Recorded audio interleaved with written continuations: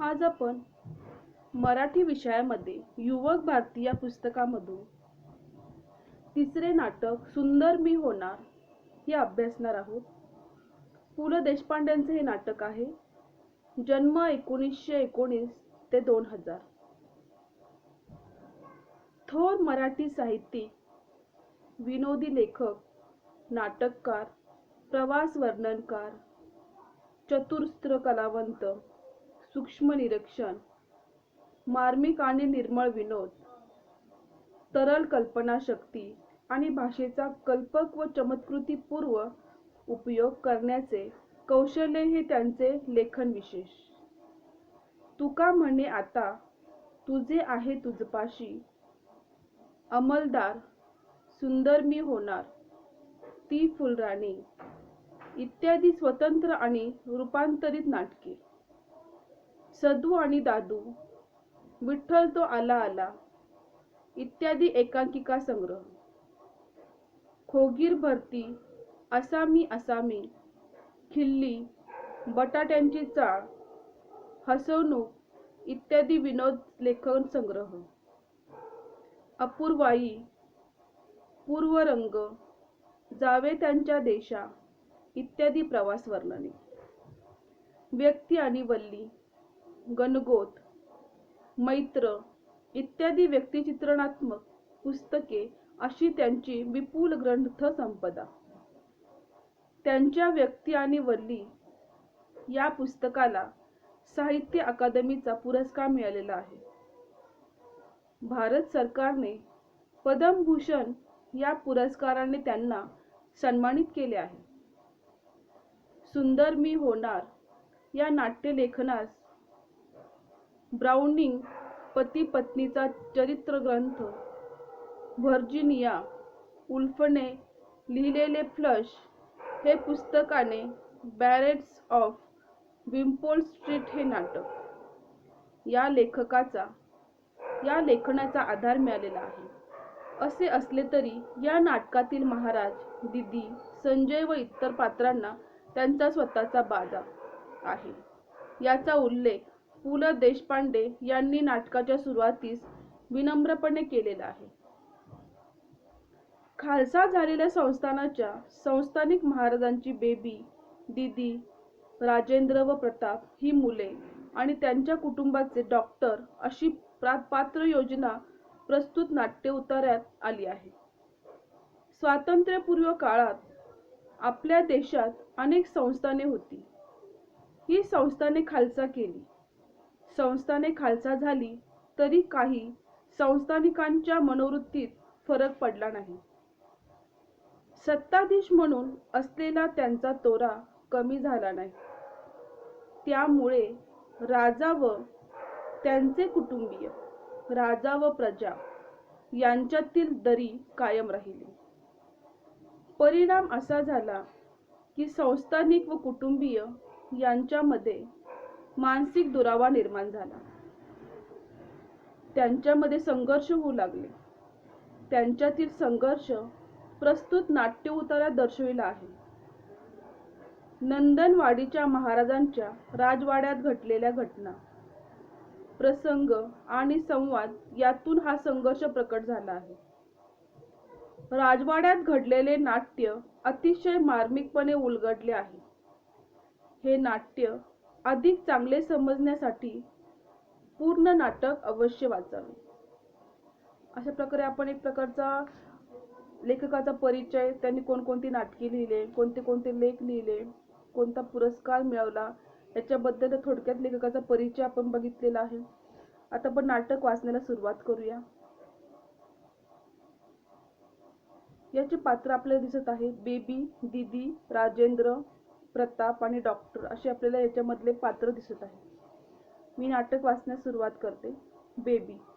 हेमलता देवी, तुमचं पत्र. दिदी. माझं? बेबी. हो, पण पप्पांचं दिसतंय. राजेंद्र. द्या टाळी डॉक्टर, मुक्काम लांबला. दिदी पत्र वाचू लागते. तिचा चेहरा एकदम उतरतो. थकल्यासारखी नेहमीच्या खुर्चीवर येऊन ती बसते. बेबी. दिदी काय झालं ग? दिदी तिला पत्र देते. प्रताप. दिदी वाच ना पत्र. डॉक्टर, मी रजा घेऊ का? दीदी, नाही. बसा डॉक्टर. बेबी, अनेक आशीर्वाद. आम्ही ज्या कामासाठी मुंबईला आलो ते काम झाले आहे. गेले काही दिवस तुझ्या प्रकृती सुधारणा झाल्यासारखे वाटत होते. प्रकृती अधिक झपाट्याने सुधारली पाहिजे. मुंबईत काही डॉक्टरांशी आम्ही चर्चा पण केली. त्यांनी लंडनला जाण्याचा सल्ला दिला. तेथे अधिक चांगले उपचार होतील. पुढच्या महिन्यात आपण सर्वच इंग्लंडला जाण्यासाठी निघणार आहोत. कमीत कमी 2 वर्ष तरी तिथे राहावे लागणार आहे, असे डॉक्टरांचे मत आहे. आम्हाला आता कुठेही राहिले तरी सारखेच आहे. प्रताप, राजेंद्र आणि बेबी यांनाही प्रवासाची आवड आहेच. त्यांनाही आनंदाची बातमी सांगावी. भयंकर चिडून चोळामोळा करून पत्र फेकते. आनंदाची बातमी? मी साफ सांगते दीदी, मी लंडनला जाणार नाही. आणि माझं ऐकायचं असेल तर तू देखील जाऊ नकोस. प्रताप आणि राजूला जाऊ दे. राजेंद्र, का म्हणून? बेबी, का म्हणून? पप्पांच्या पांगुळ गाड्याशिवाय कोलमडून पडला तुम्ही. प्रताप, कशावरून? बेबी म्हणते, इतके दिवस या वाड्यात गपचूप राहिलात त्यावर सांगते मी. वास्तविक बंडांचं निशाण उभं करायचं हवं होतं ते तुम्ही.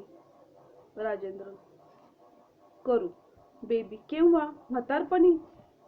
तुम्ही जागी मी असते तर केव्हाच धडा शिकवला असता पप्पांना.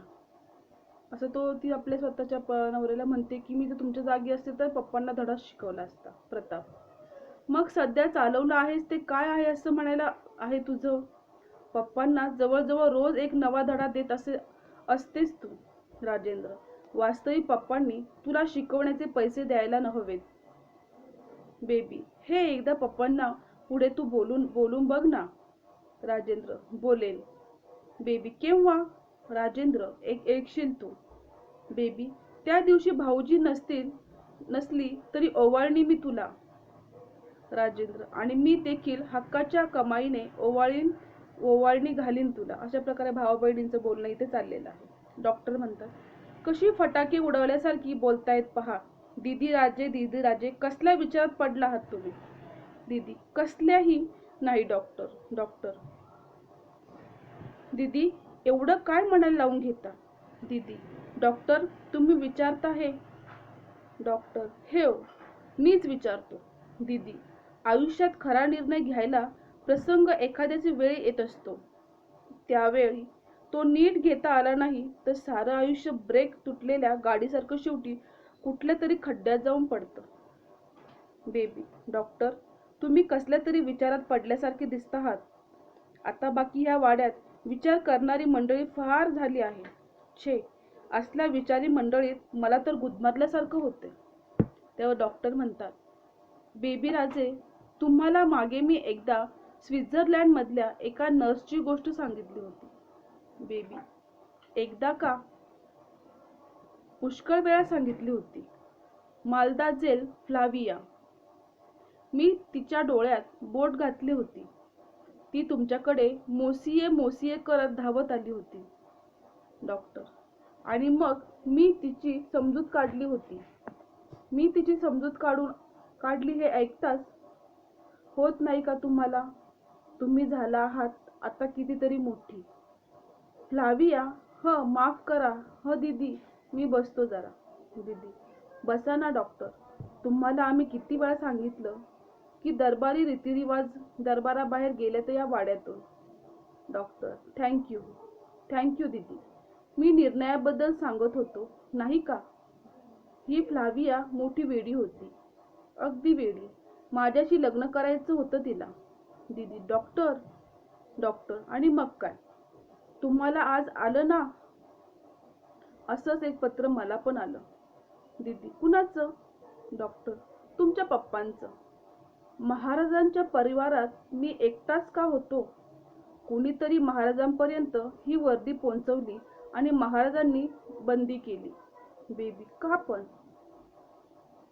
आणि डॉक्टर, तुम्ही का ऐकलत महाराजांचं? डॉक्टर, रागावू नका बेबी राजे, मी महाराजांचं ऐकलं नाही. हॉस्पिटलमध्ये रुग्णशय्येवर मृत्यूचं आव्हान स्वीकारीत पडलेल्या तुमच्या मम्मीची मम्मीचं मी ऐकलं. महाराजांनी पत्रात 2च ओळी लिहिल्या होत्या. नोकरीवर जा आणि लग्न करा. आमचं लग्न ठरल्यासारखं सांगून मी मम्मीचा निरोप घ्यायला गेलो. माझ्याकडे मम्मीनं पाहिलं आणि त्यांच्या डोळ्यातून अश्रू व्हायला लागले. त्याच्या क्षणी हातात त्याने एक प्रकारचं मम्मीने त्यांच्याकडून लग्नाचं एक प्रकारचं अभिवचनच घेतल्यासारखं होतं.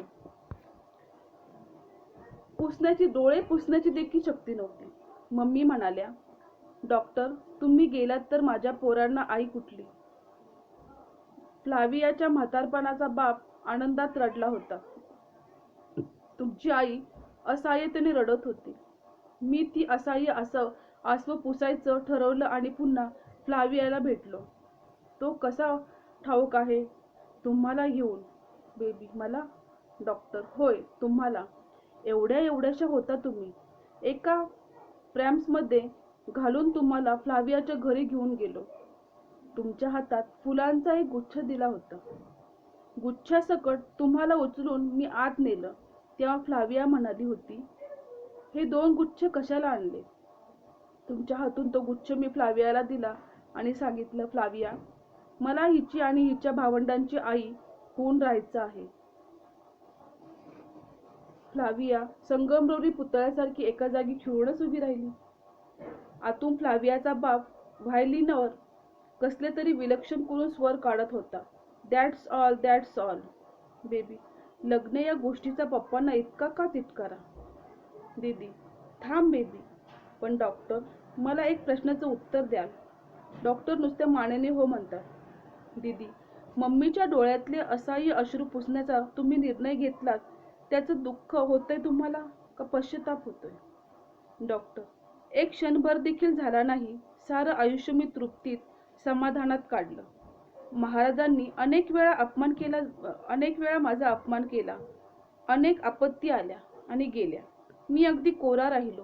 दीदी तुमच्या मम्मीने मला आयुष्यात केवढी मोठी प्रयोजन दिलं. आपण कशासाठी जगतो आहोत याचं उत्तर देण्याचं भाग्य फार थोड्या लोकांना वाटायला येतं. दीदी मी पुरुष असून आई होण्यास भाग्य मला लाभलं. तुमची आई म्हणून जगलो मी. तुमच्या चिमण्या विश्वातील सुखदुःख तुम्ही तुमच्या पप्पांशी बोलला नाहीत कधी. माझ्याशी बोललात. प्रतापराजे, राजू भैया, बेबी यांची मला काळजी वाटत नव्हती. मला काळजी वाटत होती ती तुमची. पण त्यातून देखील मी आता मुक्त झालो. आता खरं सांगू मला माझी काळजी वाटायला लागली आहे. पाखरांसारखी भरभर हा पिंजरा सोडून तुम्ही सर्वजण जाणार आहात. मग मात्र माझ्या आयुष्याला काही प्रयोजन उरणार नाही. कशासाठी जगत आहात तुम्ही असं जर कुणी विचारलं तर त्या प्रश्नांचं उत्तर राहिलं नाही आता माझ्याकडे. दीदी प्रताप, राजू, बेबी जातील पण मी कुठे जाणार डॉक्टर? डॉक्टर तुम्हीही जाल दीदी. गेलं पाहिजे तुम्हाला. गेलं पाहिजे. महाराज फारच अचानक आलो मी नाही? सगळ्यांनाच धक्का बसलेला दिसतोय. डॉक्टर कुणाला जायला सांगतायत? बोलता का नाहीत डॉक्टर? डॉक्टर बोलण्यासारखं काही राहिलंच नाही आता. महाराज ठीक आहे. आपल्या सेवेची ही काही आवश्यकता राहिली नाही. डॉक्टर हे मीच आपल्याला सांगणार होतो. Your Highness. महाराज असं राजीनामा देऊन निघाल्याचा मोठेपणा हवा आहे तुम्हाला. संध्याकाळपर्यंत लिहून आणा. बेबी पप्पा काय करताय? महाराज माझ्या वागण्याची चिकित्सा तुमच्याकडून व्हायला नको आहे मला. माझं पत्र मिळालं? बेबी हो महाराज. असं. बेबी पण पप्पा. मग महाराज सांगतात, तुमचं काय मत आहे हे या पत्राच्या अवस्थेवरून कळलं मला. बेबी पण मला तुम्हाला काही सांगायचं आहे. बेबी इंग्लंडच्या बोटीत. महाराज ऐकलंय मी ते वाक्य. पुढे बोला. बेबी मला पुढं काहीही बोलायचं नाही. महाराज ठीक आहे. पण माझं ऐका. त्या माणसाशी मी लग्न करू देणार नाही तुम्हाला. बेबी तो प्रश्न आता तुमच्या इच्छेचा राहिलाच नाही. माझा त्याच्याशी लग्न झालंय. महाराज केव्हा? बेबी ज्या दिवशी त्याची आणि माझी पहिली भेट झाली त्याच वेळेस. महाराज, त्याला लग्न म्हणत नाही बेबी. दीदी, पप्पा काय बोलताय हे? बेबी, आणि दीदी, ह्यांच्यावरून तू मला प्रेम करायला सांगतेस? प्रेम हा शब्द कशाशी खातात हे ज्याला ठाऊक नाही त्यावर मला प्रेम करायला सांगतेस? महाराज, मला तुमच्या प्रेमाची आवश्यकता नाही बेबी. बेबी, तुम्हाला कोणाच्याच प्रेमाची आवश्यकता नाही पप्पा. तुम्हाला आवश्यकता आहे फक्त अमर्याद सत्तेची. ज्या डॉक्टरांनी पोटच्या पोरासारखं संगोपन केलं आमचं, त्याच्या सेवेचं तुम्ही काय चीज केलं तेही पाहिलं आम्ही आत्ताच. बाबूळ झाडा देखील फुलं येतात, पण पप्पा, तुम्ही दुसऱ्यांच्या आयुष्यात काटे काटे पसरवण्याखेरीज काही केलं नाही. दीदी, चल चल माझ्याबरोबर. माझ्या झोपडीत तुला निवारा आहे. बंडांचे आईबाप गाई घोड्यांवरील देखील पोटच्या पोरासारखं प्रेम करतात. आपल्या हातांनी भाकर खाऊ घालतील तुला. महाराज, बेबी, कोंडून ठेवून तुला. बेबी, मग आजपर्यंत काय केलंस तू? महाराज, बेबी, त्या मोत्तद्दाराच्या मुलाशी तुझं लग्न करता येणार नाही. बेबी, अनोळखी माणसाच्या मताला मला नाही मान द्यायचा वाटतो. महाराज, अनोळखी? बेबी, अनोळखी नाहीच काय? तुम्ही आपल्या मुलांशी कधी ओळख करून घेतली आहे? कधी मायेने जवळ घेतल्यासारखं आठवत नाही तुम्हाला? कधी पाठीवरून प्रेमाचा शाबासकीचा हात फिरवलाय तुम्ही? पगारी नोकर चाकरांची वाढवले आम्हाला. कुठं कधी केव्हा मिळायचं आम्हाला प्रेम? राजाची पोर, पण प्रेमाची भीक मागत हिंडलो आम्ही. ज्यांनी घातली त्यांच्या मागं गेलो. म्हणून इतका वैताग करायचं कारण काय? दीदी, बेबी. महाराज, दीदी, मुकाट्यानं जाऊ दे तिला. असली मुलगी नको आहे मला घरात. बेबी, पप्पा, हे शब्द पुन्हा ऐकून घेणार नाही मी. दीदी, चालले मी. बंडा मुंबईहून आला. मी थाटात लग्न करणार आहेत आम्ही. येशील ना लग्नाला माझ्या? अगं, देव करत की नाही हे सगळं बऱ्यासाठी करतोस. आता तुला चालता येतं, उगीच नाही. तिथपर्यंत आलं पाहिजे. माझ्या लग्नात दीदी, तूच माझी आई. दीदी, पप्पा, काय होतं हो हे? महाराज, लग्न. आणि पुढे ते म्हणतायत, दीदी, जा पप्पा, बेबीला परत बोलावून आणा. आपण लग्न लावून देऊ बेबीचं. साऱ्या नंदनवाडीला आमंत्रण देऊ आपण. या वाड्याची 15लाही दालन गजबजून जाऊ देऊ माणसांनी. राजा आणि प्रजा यातलं शेवटलं अंत तुटू जाऊ दे पप्पा. महाराज, दीदी, बेबी गेली हे चांगलं झालं. दीदी, मुलींना कधी ना कधी तरी माहेर सोडायचंच असतं, पण हे असं नव्हे. माझ्यासाठी आयुष्यभर माहेरच राहण्यासाठी जन्माला आलेली कमनशिबी मुलगी एखादीच. महाराज, तुलाही सोडून जायचं आहे का हे घर? दीदी, नाही पप्पा, मला कसं सोडून जाता येईल? महाराज, दीदी, तुला कल्पना येणार नाही, पण तुझ्या इतका मला जगात दुसरं काही प्रिय नाही. आयुष्यभर तुझी चिंता केली मी. अशा प्रकारे महाराज आणि दीदीमध्ये हे संवाद चाललेला आहे. दीदी, मला ठाऊक आहे पप्पा, पण पप्पा, बेबीनं तुमचा काय अपराध केला आहे? फुलपाखरासारखी बेबी. महाराज, स्वस्त विश्रांती घे दीदी, फार ताण पडलाय तुला आज. दीदी, आयुष्यात मी कोणापुढेही तोंड पसरून विनंती केली नाही. कोणाच्याही रागालोभासाठी पर्वा केली नाही. जगातली कुठलीही आपत्ती सहन करीन मी. पण दीदी, तू माझा तिटकारा करू नकोस. दीदी, पप्पा, मला फक्त आश्चर्य वाटतं की तुमचं हे अंतःकरण इतरांच्या वाट्याला का येऊ नये? महाराज, ते विचारू नकोस मला दीदी, विश्रांती घे. दीदी, मला हे कळलंय आणि हे मला कळलंच पाहिजे पप्पा. मला हे समजू शकत नाही. 4 मुलातल्या एकीवर माया आणि बाकीवर डोळ्यांसारखं डोळ्यासमोर देखील नकोत. हे काय आहे? समजू शकत नाही मला. समजू शकत नाही. महाराज, ठीक आहे, ऐकताय. कधी हे तुला समजायला पाहिजे होतं दीदी, पण एक वचन दे. दीदी, कोणतं? महाराज, हे समजल्यावर तू माझा तिटकारा तर करणार नाहीस ना? वचन दे मला दीदी. दीदी, हे समजल्याशिवाय मी वचन कसं देऊ? राजू, प्रताप, बेबी, काय असा अपराध केला त्यांनी तुमचा? महाराज, माझा सर्वांनीच अपराध केलाय, तू देखील. दीदी, मी? महाराज, हो तू. बेबीच्या लग्नाला तू पाठिंबा दिलास. दीदी, हो, आणि अजूनही मला त्याचं काही चूक वाटत नाही. पण बेबीवरचा तुमचा राग आजचा आज नाही. तिच्यावर तुम्ही कधीच प्रेम केलं नाही. महाराज, तुझ्याखेरीज मी कोणावरही प्रेम केलं नाही. दीदी, असं कसं शक्य आहे? मम्मीवर नव्हतं का तुमचं प्रेम? महाराज, तुझा जन्म होण्यापूर्वी होतं. त्यानंतर मला कधीच तिच्याबद्दल प्रेम वाटलं नाही. दीदी, पण असं तिच्यावरचं प्रेम वाटलं नाही असं कसं नष्ट झालं?